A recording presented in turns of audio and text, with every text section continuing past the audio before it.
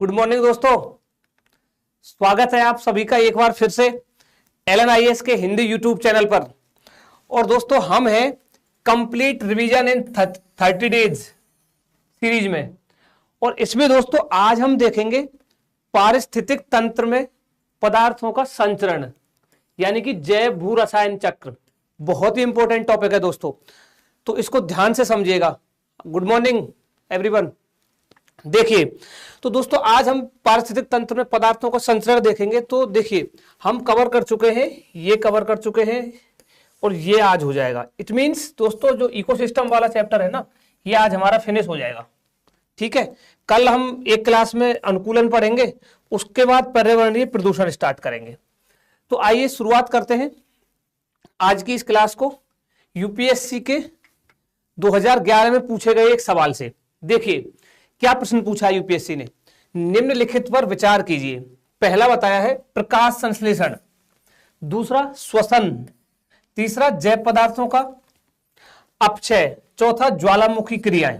और दोस्तों पूछा है कि इनमें से ऐसी कौन सी क्रिया है जो पृथ्वी के कार्बन चक्र में कार्बन डाइऑक्साइड जोड़ती है, यानी कि वो कार्बन डाइऑक्साइड का अवशोषण नहीं करती बल्कि वो कार्बन डाइऑक्साइड छोड़ती है। ऐसी कौन सी क्रिया है, ये पूछा है। तो देखिए इसका आंसर तो दोस्तों प्रकाश संश्लेषण जो है ना, अभी इसको हम आगे डिस्कस करेंगे तब आपको एकदम क्लियर हो जाएगा। बट इसका आंसर हम आप खुद इसका जवाब दोगे। इससे पहले हम ये समझ लेते हैं कि कार्बन चक्र क्या होता है। और ये कार्बन चक्र से सवाल पूछा है यूपीएससी ने। तो कार्बन चक्र जो है वो जैव भू रसायन चक्र के अंतर्गत आता है। तो देखिए एक और देखिए, एक सवाल और देखिए, जैव भू रसायन चक्र क्या है। 4 स्टेटमेंट दिए हुए हैं, एक पूछा है कौन सा सही है। तो ये इनका आंसर देने से पहले ये जो कॉन्सेप्ट है जैव भू रसायन चक्र का या पारिस्थितिक तंत्र में जो पदार्थ है उनका संचरण कैसे होता है, इसको एक बार हम समझ लेते हैं दोस्तों, फिर इनके क्वेश्चन पे दोबारा से हम आएंगे। ठीक है, देखिए अब दोस्तों पारिस्थितिक तंत्र में जो पदार्थों का संचरण है, देखिए इसको ऐसे समझो दोस्तों। जो भी सजीव है ना, लिविंग जो ऑर्गेनिज्म है, जो भी सजीव है दोस्तों, अब इनकी जो सृष्टि है या इनका जो अस्तित्व है सजीवों का दोस्तों, ये किस पे निर्भर करता है दोस्तों। ये निर्भर करता है, जैसे एक इकोसिस्टम है, पारितंत्र है, तो उसके अंतर्गत ऊर्जा का प्रवाह, ऊर्जा व आहार पोषण या पोषक जो तत्व है, पोषक तत्व, इनके परिसंचरण पर निर्भर करता है। यानी कि जो आहार है वो एक जीव से दूसरे जीव में कैसे ट्रांसफर हो रहा है, ऊर्जा एक जीव से दूसरे जीव में कैसे ट्रांसफर हो रही है सजीवों में, ये उस पर निर्भर करता है। अब देखिए दोस्तों, अब ये पोषक तत्वों का ऊर्जा का जो संचरण हो रहा है इधर से उधर, यही है एक्चुअल में जैव भू रसायन चक्र। इसे ही जैव भू रसायन चक्र कहते हैं। और इसके अंतर्गत कैसे होता है, देखिए जीव मंडल, वायुमंडल, जलमंडल तथा स्थल मंडल, यानी सब जगह देखिए जैविक एवं अजैविक, ये ध्यान रखना है आपको, जैविक एवं अजैविक दोनों तत्वों का विभिन्न चक्रों के माध्यम से ये संचरण होता है। और जो चक्र है वही जैव भू रसायन चक्र है। अब इसके अंतर्गत दोस्तों ये देखिएगा, चक्रों को स्टार्ट करने से पहले जो पोषक तत्व है ना जिनका संचरण ये होता है, उनको 3 रूप में क्लासिफाई किया गया है, 3 तरीके के। एक तो बृहद स्तरीय, पहला याद रखिएगा, गौण तत्व और सूक्ष्म पोषक तत्व। अब इनके दोस्तों ये कौन कौन से होते हैं इनमें, और ये इनका फंक्शन क्या है, ये क्या काम आते हैं, इसको आप याद रखिएगा। गुड मॉर्निंग एवरीवन, क्योंकि बहुत ही इंपॉर्टेंट है। देखिए इसको एक टेबल के माध्यम से आप याद रखिए।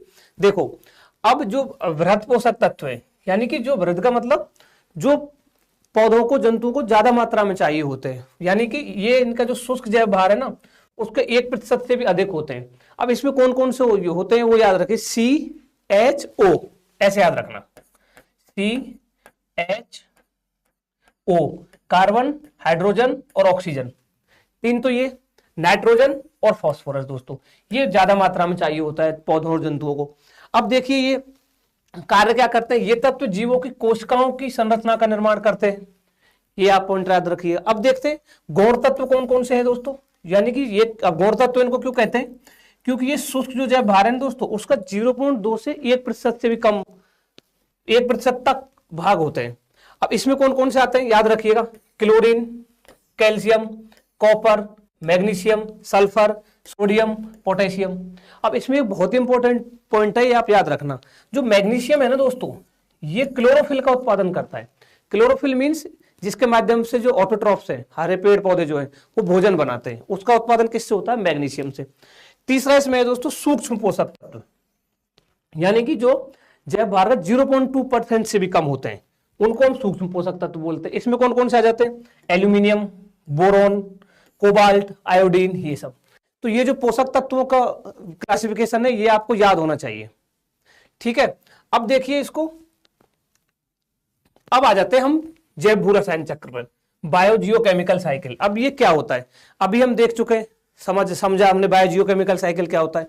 अब अगर इसकी डेफिनेशन की बात करते हैं, एग्जैक्ट डेफिनेशन क्या है, तो देखिए पोषक तत्वों, ध्यान रखिए, पोषक तत्वों तथा महत्वपूर्ण लघु एवं दीर्घ तत्वों के जैविक से अजैविक, ये पॉइंट याद रखना है, जैविक से अजैविक में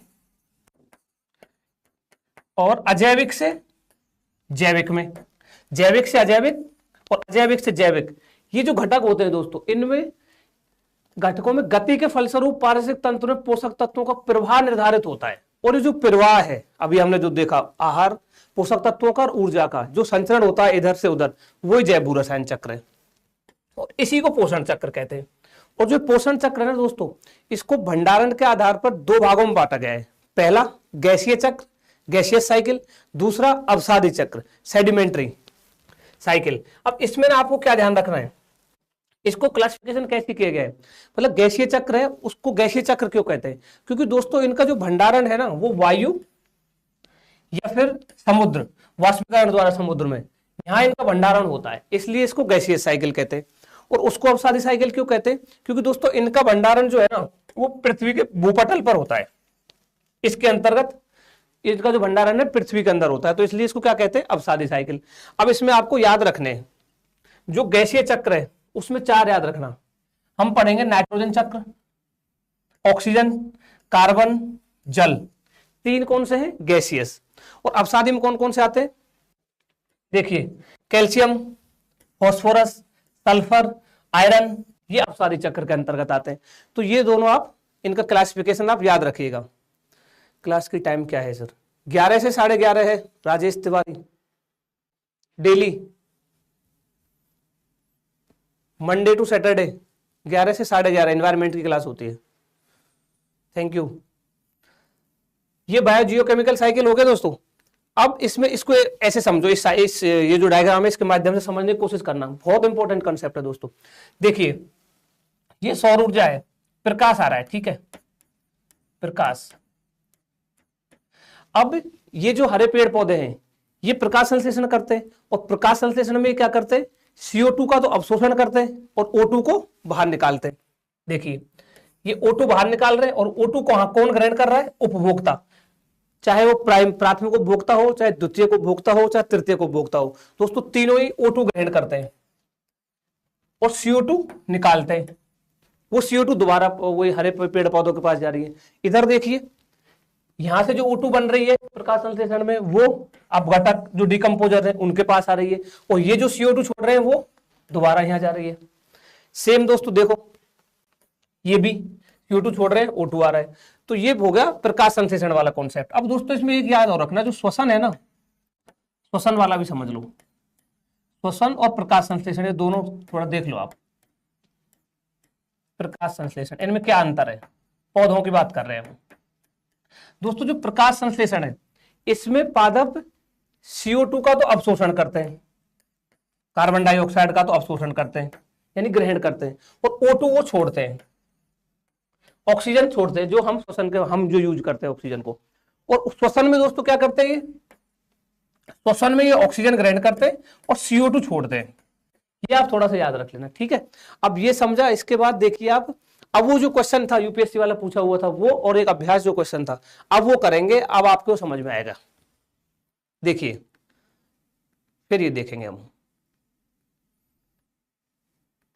ये बताओ ये क्या पूछा है कि इनमें से कौन सी ऐसी प्रक्रिया है जो कार्बन चक्र में कार्बन डाइऑक्साइड को छोड़ती है।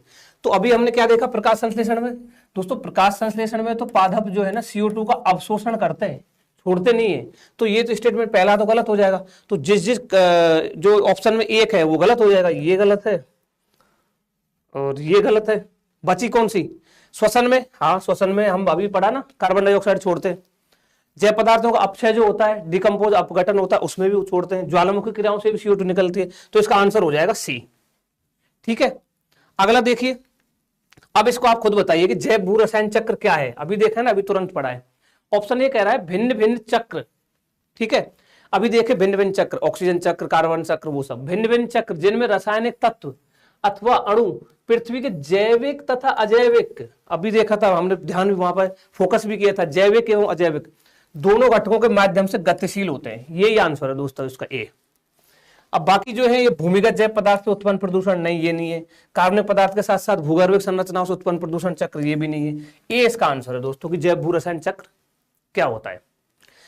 तो ये दोस्तों जैव भू रसायन चक्र देखा। अब इसमें हम जो अलग अलग साइकिल है उनको एक बार ब्रीफ में समझ लेते हैं। देखो, एक ये सवाल बताओ कि निम्नलिखित पोषक चक्रों पर विचार कीजिए। अभी हमने देखे थे ना चक्र, फास्फोरस चक्र, नाइट्रोजन, ऑक्सीजन और सल्फर, और पूछा है इनमें से कौन सा अवसादी चक्र में शामिल है। मैंने बोला था ना, गैसीय चक्र और अवसादी चक्र दोनों का ध्यान रखना है, कौन कौन से उसमें शामिल है। तो बताओ, देख के बताओ।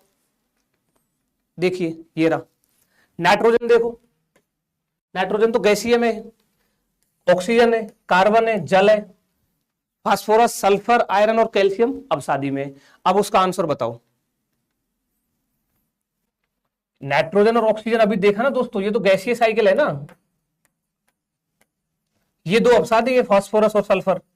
तो आंसर क्या हो जाएगा? 1 और 4, C. Are you getting my point?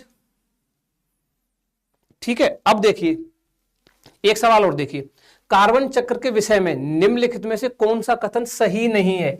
अब दोस्तों कार्बन चक्र हम पढ़ेंगे, पहले सिंपल सा कॉन्सेप्ट है, उसको समझेंगे कार्बन चक्र क्या होता है, फिर आप इसका आंसर देना।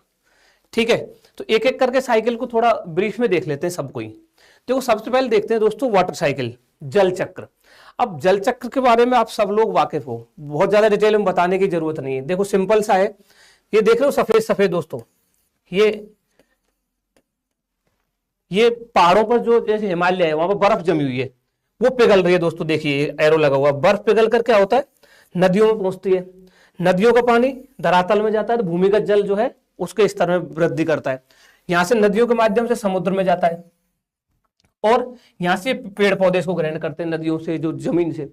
अब जो पेड़ पौधों से दोस्तों वाष्पोत्सर्जन होता है, वाष्पीकरण होता है, और समुद्र, नदी, झील, इनसे वाष्पीकरण होता है। और वाष्पीकरण के माध्यम से देखिए यहाँ हवा के साथ आर्द्रता शीतल होने पर बादल का निर्माण होता है, संघनन होता है और बादल बनते हैं और बरसात होती है। ये साइकिल जो है जल का चलता रहता है, ये जल चक्र है। अगला देखते हैं कार्बन चक्र। ये थोड़ा ठीक से समझिए कार्बन चक्र क्या है। देखो कार्बन चक्र में देखो सबसे पहले देखो, ये है वातावरणीय कार्बन डाइऑक्साइड, वातावरणीय CO2 एवं पानी में घुलनशील CO2। अब ये सबसे पहले कहां जा रही है, देखिए पौधे प्रकाश संश्लेषण करते हैं, CO2 अवशोषित करते हैं, अभी थोड़ी देर पहले डिस्कस किया था। तो ये देखो प्रकाश संश्लेषण के माध्यम से पौधे इसको ग्रहण कर रहे हैं, और पौधों से दोस्तों ये जीवाश्म ईंधन, जो जीवाश्म ईंधन का दहन होगा, याद रखना जीवाश्म ईंधन के दहन से CO2 पर वातावरणीय CO2 जनरेट होगी, वातावरण में CO2 आएगी। दूसरा, पौधे श्वसन के माध्यम से, अभी देखा था श्वसन में प्रकाश संश्लेषण में अंतर, श्वसन के माध्यम से पौधे CO2 आएगी। और दोस्तों जो जंतुओं के पास जाएगी तो जंतुओं का विघटन होगा, अपघटन होगा, तो CO2 वातावरण में आएगी। तो और ज्वालामुखी उद्गार के माध्यम से CO2 वातावरण में आएगी, और जाएगी कहां दोस्तों, पौधों के पास पहले। ये कार्बन चक्र है, ब्रीफ में इतना ही देखते हैं इसको।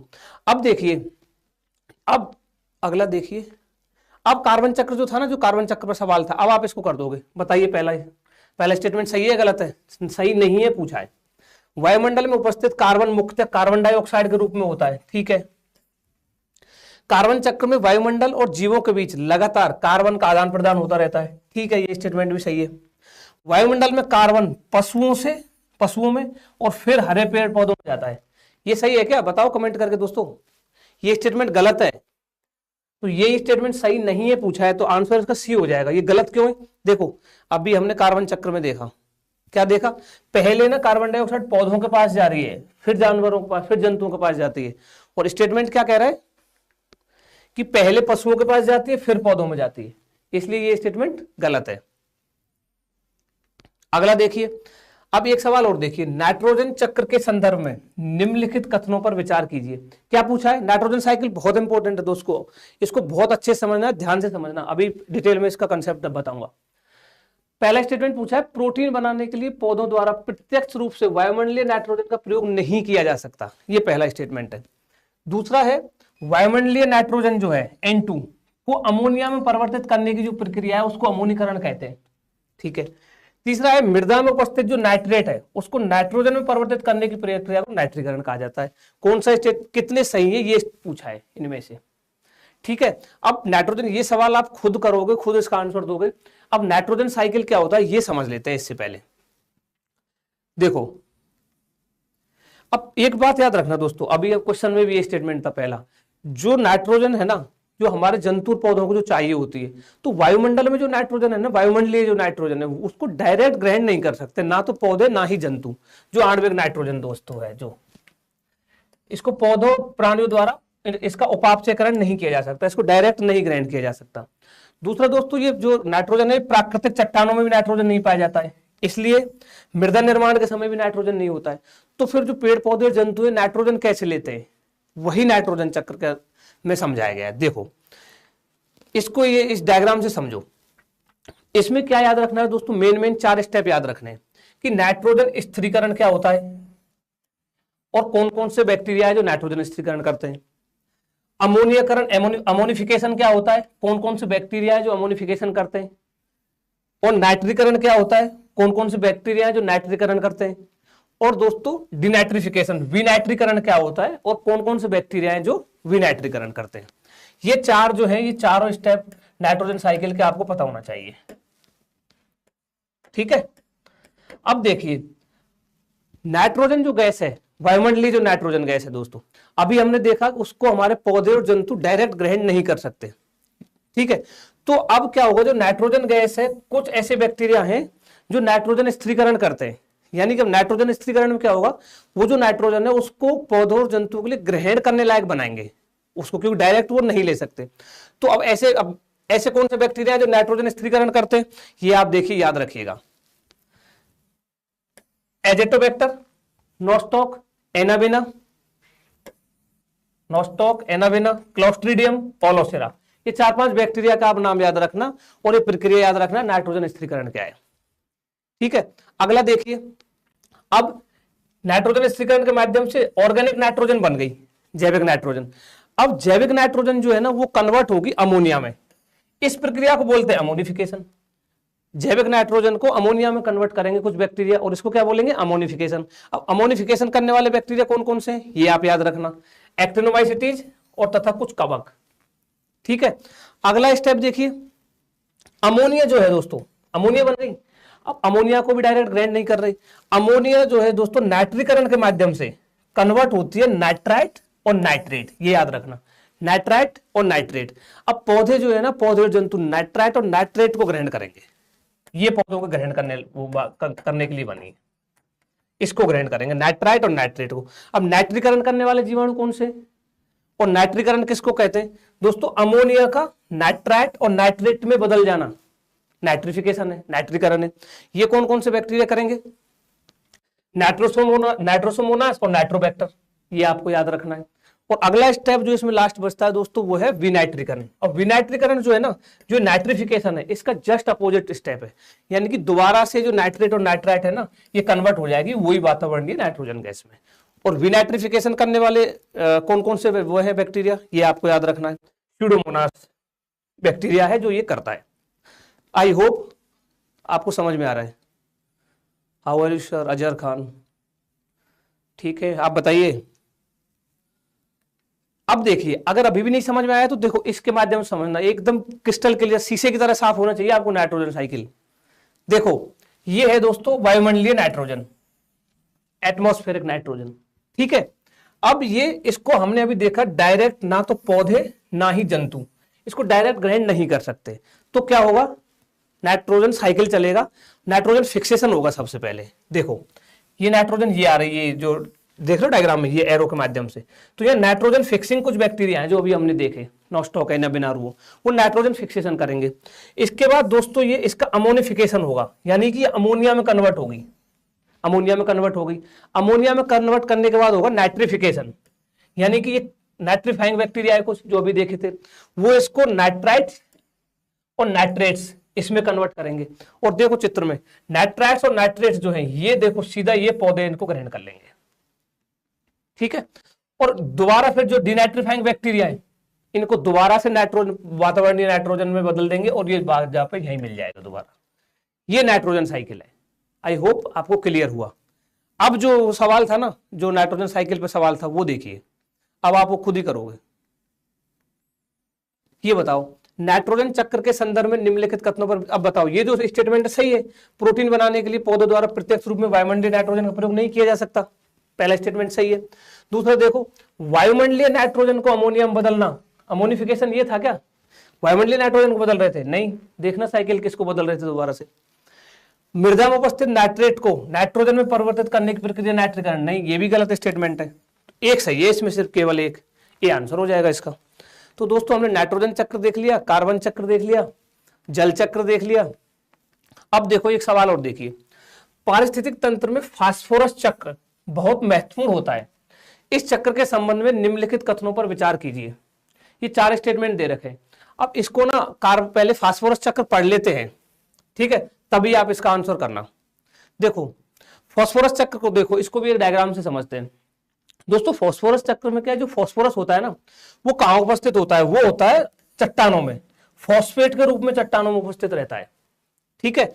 अब इन चट्टानों का अपक्षय होता है, वेदरिंग होती है, मतलब इनका पाउडर बन जाता है एक तरीके से, ये समझिए। और ये जो सॉइल सॉल्यूशन यानी जल से मिलकर मृदा में घोल बन जाता है, और वो घोल जो है दोस्तों ये रहा फॉस्फेट का, इसको हमारे प्रोड्यूसर ग्रहण करते हैं, यानी कि उत्पादक, हरे पेड़ पौधे। और हरे पेड़ पौधों से दोस्तों ये जाता है कंज्यूमर में, उपभोक्ताओं में, और फिर इन उपभोक्ताओं का जब अपघटन होता है, डिकम्पोजिशन होता है, दोबारा से ये वहीं आके मिल जाता है।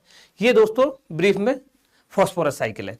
अब इसका जो सवाल था इसको देखिए, ये क्या कह रहा है, जल में फॉस्फेट की स्थानीय कमी शैवालों की कमी का कारण हो सकता है, जबकि शैवाल जल में उपस्थित संपूर्ण ऑक्सीजन का उपयोग कर लेते हैं, फलस्वरूप नहीं दोस्तों, ये तो स्टेटमेंट गलत है और सही नहीं है ही पूछा है, तो इसका ए आंसर है। बाकी ये 3 स्टेटमेंट सही है, ये ध्यान रखिए, ए इसका आंसर है, ठीक है। अगला देखिए दोस्तों, फास्फोरस साइकिल हो गया।